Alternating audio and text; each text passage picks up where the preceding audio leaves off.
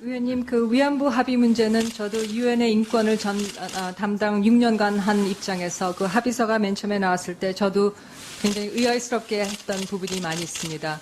이것이 과연 위안부 할머님들 그 피해자 중심의 접근으로서 도출해낸 합의서인지, 그리고 이것이 과거 역사의 교훈으로 남아있을 부분을 제대로 수용한 것인지 등등에 대해서 저도 의문점이 많이 있었습니다. 그리고 역시 이 합의서가 대다수 국민들이 정서적으로 받아들이지 못하는, 대통령께서도 말씀하셨던 그런 상황이 되었습니다.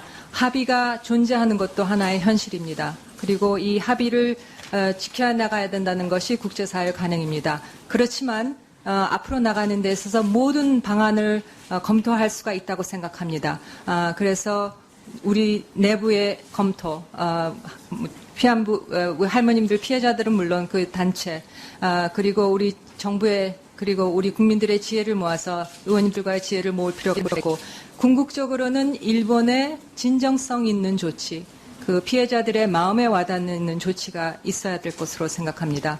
그런 방향으로 적극 노력해 보겠습니다. 국민의당 홈페이지는 십자포화 맞았어요. 맞습니다. 네. 이런 식으로 네. 표현을 하면 되죠. 그러니까 촛불을 언제든지 켤 수 있다. 너희들 정신 차려라. 어차피 정치라는 게 상대방을 끌어내려야 자기가 올라갈 기회도 생기는 건데, 그래서 흠집 내고 발목 잡기 하고 있는 거고, 사실 강경화 후보자에 대해서는 저도 총평은 그래도 새누리당에서 제일 깨끗한 놈보다 더 깨끗해. 내가 봤을 땐 그래요. 그러니까 그럼 지들이 내라든가. 지들이 내면 되잖아. 그러니까 강경화 후보자는 보통 우리가 도시 사는 보통 사람들 정도의 흠결 정도라고 봐요. 완벽한 사람은 아닌데 자기들이 말하기엔 좀 뻘쭘한 거고요. 아까 그 73배 땅값 오는 것도 신빈이 말씀하신 게 딱 그 결이거든요. 딱 그렇게 그렇죠. 되는 거고요. 근데 그거를 지적하는 사람이 심지어 최경환이에요. 자기 고향에다가 막 그 경제부총리 할 때 돈 쏟아붓던 바로 그 인간들이 나와가지고 아까 말씀하신 것처럼 1560평 평당 이게 샀다가 나중에 11만 원으로 올랐다. 이건 누가 봐도 투기래. 땅값 오른 다 투기야. 그냥 보면 투기지. 근데 이거는 대지로 바꾸면 다 이렇게 올라요. 저희 시골도 똑같아요. 그렇겠죠. 누가 네, 갖고 15만 나서 원 땅의 올라요. 가치를 올린 건지. 그리고 투기라는 게 그런 거잖아요. 다른 방송에도 말씀을 똑같이 드렸는데, 투기는 필연적으로 유장전입이랑 연결이 돼서 농지 같은 거 살 때는 특기 전입이 그렇죠. 필요해요. 네. 그러니까 유장전입이 도시에서는 이제 학군 이런 것이 더 주고, 그리고 농촌에 가면은 이제 농지 관련해가지고 살지도 않으면서 살아야 그 땅을 살 수 있는 뭐 그렇죠. 조건이 있잖아요. 네. 그러니까 이런 게 법적으로 뭐 아시는 분 다 아시는 얘기지만, 농지를 바로 거기다 건물 못 짓잖아요. 못 짓죠. 그것이 이제 관련돼 있는 게 유장 전입이 관련된 그런 건데, 강경화 후보자는 그렇고 후보자 남편도 그렇고 그냥 가서 살아요. 실제로 거주해. 자기가 직접 짓고. 그러니까 요거는 우리가 논란거리 자체가 안 됩니다. 그 사람들의 논리는 땅을 사가지고 땅값이 올랐으니까 투기다 이렇게 하고 있는, 이거는 누가 봐도 말도 안 되는 거지 않습니까? 최경환이 구속될 놈이 말이야. 초이노믹스 기억나나요? 나라 망치고 지 고향에다 한 2천억 정도 발랐죠. 나쁜 놈의 시기. 지금 강경화 외교부 장관의 외교부 장관 후보자에 대해서 지금 계속 반대하고 있는 것을 사람들은 이렇게도 본다고 하더라고요. 이 외교 무대에서의 한일전이다. 그러니까 예, 좋은 이게 판단이었어요. 한국과 일본이 싸우고 있다. 국내에서 외교 무대에 누구를 세울 것인가를 갖고 싸우고 있는 형태다라고 판단들을 하고 있고요. 사실 저는 강경화 이 분을 보면서 참 많은 것을 느꼈어요. 그러니까 이게 아마 다른 분들도 느꼈을 테지만, 사실 이 사람이 뭐 입지전적이니 뭐 어쩌는 이런 게 중요한 게 아니고, 과연 대한민국이라는 나라가 조선시대를 다 통틀어서 이만큼 외교 무대에서 역량을 가질 수 있는 사람, 그리고 인적 네트워크를 가진 사람을 과연 몇 명이나 키워봤는가. 이 강경화라는 사람은 대한민국이 키운 외교 무대의 인재 중에서 손가락 안에 드는 사람이에요. 유엔에서 오랫동안 사무총장 3명을 겪은 전문가고 인권운동가고, 이런 사람, 그 최근에 그런 비슷한 사람이 한 명 있었죠. 반기문 씨라고.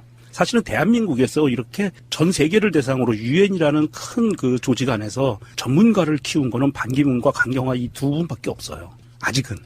지금도 많은 분들이 그 안에서 일을 하고 있지만, 그렇다면 이 강경화라는 사람은 대한민국이 키워낸 인재인데, 이 인재를 단지 여자라는 이유만으로, 또 하나 단지 서울대 출신이 아니고 외무고시 출신이 아니라는 이유만으로 이렇게 반대를 한다는 것은, 이거는 정말 국익에 굉장히 반하는 행동인 거예요.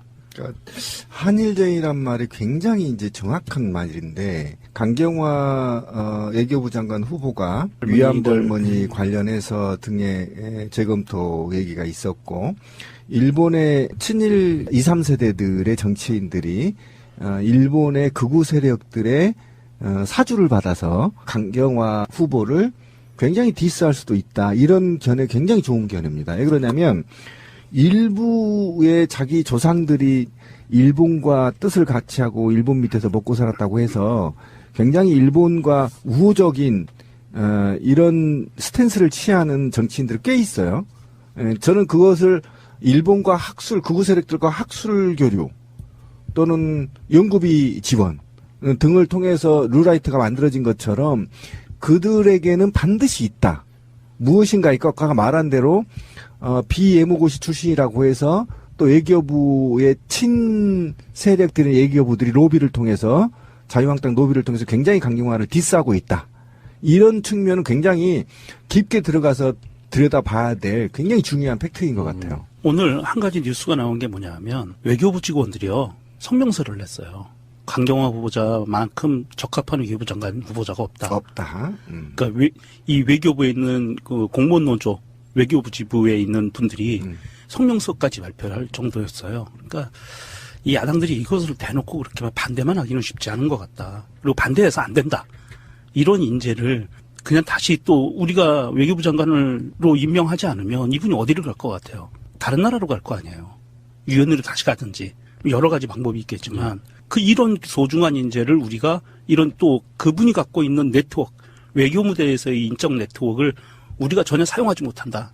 그동안 우리는 외교에 있어서는 항상 코리아 패싱이라는 말도 안 되는 말도 있었지만 외교 무대에서는 계속 왕따였어요. 중국에 가서건 미국에 가서건 유럽에 가서건 이 인적 네트워크로 활용할 만한 게 없거든요. 외교부 장관들이 그렇게 일을 못했기 때문에 그래서 꼭 필요한 후보다. 그리고 위안부 할머니들도 강경화 후보자 임명해라 성명도 똑같이 발표하고 있고요. 결정적인 하자 없음. 청문회 해보니 언론들이 제기한 대부분 다 거짓말이었음. 의혹들 대부분 다 거짓말이었음. 이런 거고요. 근데 잔잔한 화제가 난 게 이제 어제 그 특석에서도 이야기를 했습니다만 친정 부모님을 딸이 모시는 남편 재산과 서로가 재산을 모른 채로 내가 벌어서는 우리 친정 엄마 봉양하고 남편은 남편대로 그렇게 해서 서로 간의 재산 관계를 전혀 이렇게 교류하지 않는다는 거예요. 아, 요거 멋있습니다. 그래서 지금 난리 났어요. 거기다가 뭐 전용 전 의원까지 나서가지고 이 부분에 대해서는 높이 평가한다. 굉장히 높이 평가하는 여성들이 쌍수를 들고 환영하는 그렇죠. 데 보통 뭐 한국의 여자분들 친정 부모님이 용돈 모르게 주는 경우도 있고 그죠. 그렇죠. 왜냐면 이거는 강경화 이 후보가 일단 본인이 탄탄한 직업이 있기도 하기 때문에 수입이 있기 때문에 이게 가능했다고도 보긴 하는데 일단 이게 통장 관리를 각각 했다는 거 아니에요? 멋지네요. 네, 청문회에서 나온 얘기로는 남편 재산은 남편이 관리를 하고 내 재산은 내가 관리를 했기 때문에 남편이 샀던 토지나 이런 부분에 대해서 당시에 자기가 정확하게 자세하게 모를 수 있었다. 이 부분에 대해서 그래서 사과를 한 거였거든요. 근데 보통은 저도 그렇거든요. 저도 통장 안 섞었었어요. 근데 보통은 이분은 근데 유엔 가기 전부터 이렇게 하신 것 같은데 지금은 또 많이 이렇게들 살고 계시지 않나? 나도 그러고 싶다 진짜. 용돈 받으면 꽝이야 씨. 그러니까 이런 내 경우는 인생 완전히 꼬였어. 남편도 경제력이 있어야 됩니다. 그럼. 그래서 서로가 이렇게 그러니까 사실 그게 맞잖아요. 엄밀히 따지면은 뭐 직장이 없는 주부들이야 좀 경우가 좀 다르겠지만 남편이 이해해주고 사이가 나빠서가 아니라 금전적으로 딸밖에 없는 집안에서 큰딸이라고 하는데 이분이 경제력이 있어요. 유엔 같은 데 가서 이제 연봉 보면 많이 받을 거 아니에요. 얼마나 그렇죠, 받을지 많이 모르지만 받죠. 그럴 때 그 돈을 다 시댁 남편한테만 주고 그렇게는 안 사는 거 아니에요. 그러다 보면 나중에 불편해질 수 있으니까 경제에 대해서는 서로가 이렇게 생활에 있어서 더치페이 같은 거죠. 네. 아니 근데 그게 제 친구 공무원 부부도 그렇게 해요. 그러니까 집 살 때 반반씩, 양육비도 반반씩. 정확히 반반씩 하더라고요. 근데 이 룰을 깨면 사람 취급 못 받아요. 굉장히 남자가 더 고달프요, 사실은.